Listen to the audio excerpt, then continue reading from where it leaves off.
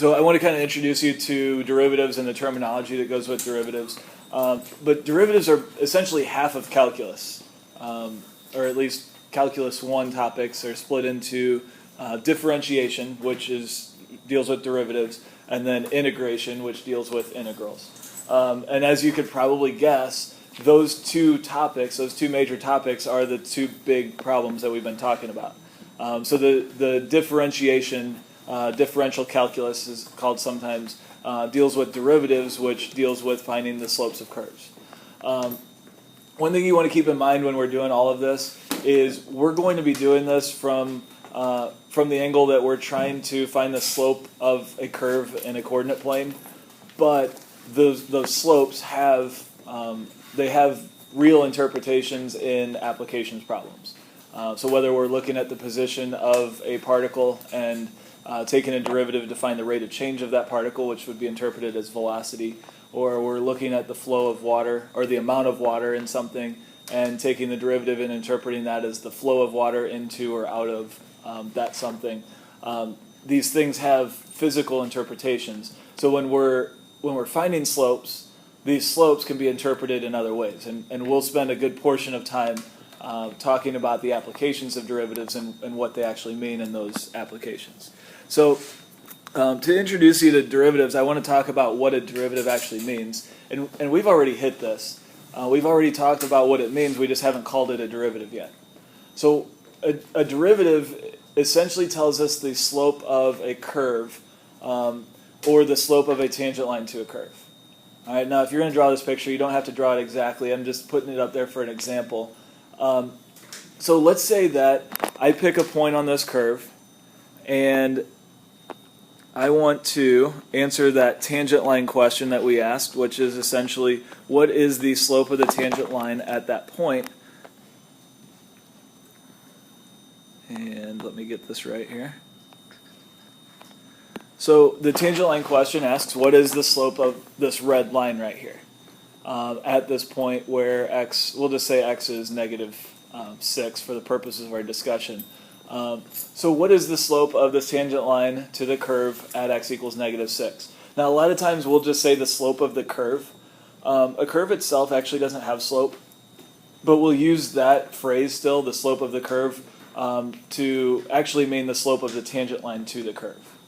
All right, so only a line can really have a slope. So what we're talking about when we say the slope of the curve is the slope of the tangent line to the curve. And you can kind of visualize the slope. It's pretty easy to do if you just take a little piece here and there. You can kind of visualize what the slope's going to be at any piece, like there or there or there. At this point, you could definitely say whether the slope is positive or negative, I think, at any point, or 0.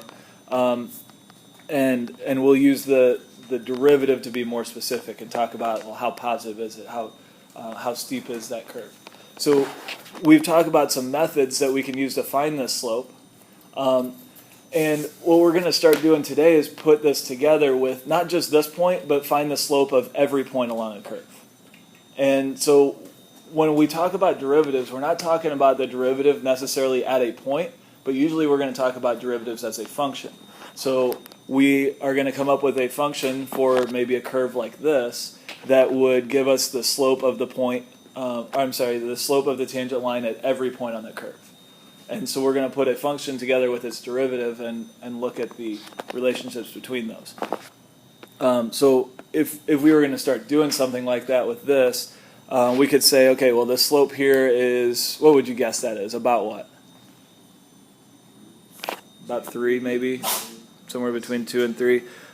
So in green here, I'm going to plot the slope. So the slope would be about 3. So this would be a point on the derivative curve. If we go to a point like right here, what's the slope right there at that maximum? That's going to be 0. So we would have a slope of 0. So our derivative would be 0 at that point. So the derivative is just a way of describing the slope of the tangent lines to the curve.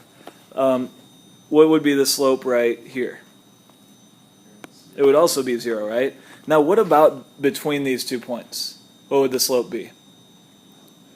It would be negative something, right? So maybe somewhere in here the slope would be like negative 1. So we could plot that there. And what's going to end up happening, and I'll show this to you later, these points are going to tie together into what we call the derivative. So that we can take this derivative function and plug in an x value to figure out what the slope of the tangent line is very quickly. All right. We could do that with any type of curve. When we have something like this is a cosine curve, stretched a little bit in two ways. But when we have something like this, we can take derivatives and find the slopes of the curve at more than one point. The derivative for something like this may seem trivial, but this curve, we'll call it a curve even though it's a line, it has a derivative, and it's a line, so it's really easy to compute the derivative. We don't have to do any of that calculus stuff to compute the derivative here. We could compute this derivative with pre-calculus, in fact, Algebra 1 stuff. What would be the derivative of this curve at any point? Yeah, it would be 2, right? So if I pick a point right here, the slope at that point is 2. At least the slope of the tangent line, which just happens to be the line itself. And so the derivative at that point would be 2. And if I do that across, if I plot the derivative at every point, or every x coordinate, what are we going to end up with? A horizontal line, right? So we get the line y equals 2, and this would be, this line would be the derivative of this line. And what this tells us is, for any x value, I can put, say, 4 in for x, and the derivative at 4 is 2, so that tells me that the slope of the curve at that point is 2. Does that make sense? Let's talk notation briefly. With anything in math, it's important to be able to communicate ideas. So we're going to use a couple of different types of notation in this class. I probably won't use these two names. One notation we're going to use is called Lagrange notation. I won't call it that. I'll just use it. So you don't have to know that it's Lagrange notation or Leibniz notation. I will point out, though, just an interesting historical fact. The Leibniz notation survives from Gottfried Wilhelm Leibniz, who actually was one of the co-inventors of calculus. And when I say co-inventors, he and, you know who else invented it? Newton. So he and Newton actually independently invented calculus within a few years of each other. It's an interesting story for another time, but I think it's interesting that his notation survived to today and Newton's did not really. Some of Newton's notation survived in some specific applications, but hardly anybody uses his today. And again, that's a story for another time. Maybe we'll talk about it, on Story Day or something. Lagrange notation deals very closely with our function notation. So we've seen this function notation you probably started doing this freshman year algebra, right? Or maybe sophomore year in algebra 5-6. But you've seen this function notation. Basically, this represents a function where we have an input x, and then the output of the function would be some y value, y coordinate. And so what this is telling me here for this specific one is that x is the input, and then f is going to be the output. Well, when we take a derivative, we're going to use that same notation, except we're going to put a prime there. So we read this f prime of x, or you could read this the derivative of x. And like we said before, this itself can be a function. So the derivative of the derivative of f, or f prime of x, is a function that tells us what the slope of f is at any x value. So the input here is x, the output is going to be the slope of f at that x value. That is one notation. It has some benefits, it has some drawbacks, and we're going to kind of not necessarily mix notation, but we're going to use two different notations. The other one is Leibniz notation, which uses something called differentials. And Leibniz notation is usually used when we represent a function with y. So instead of saying like f of x equals x squared, we might say y equals x squared.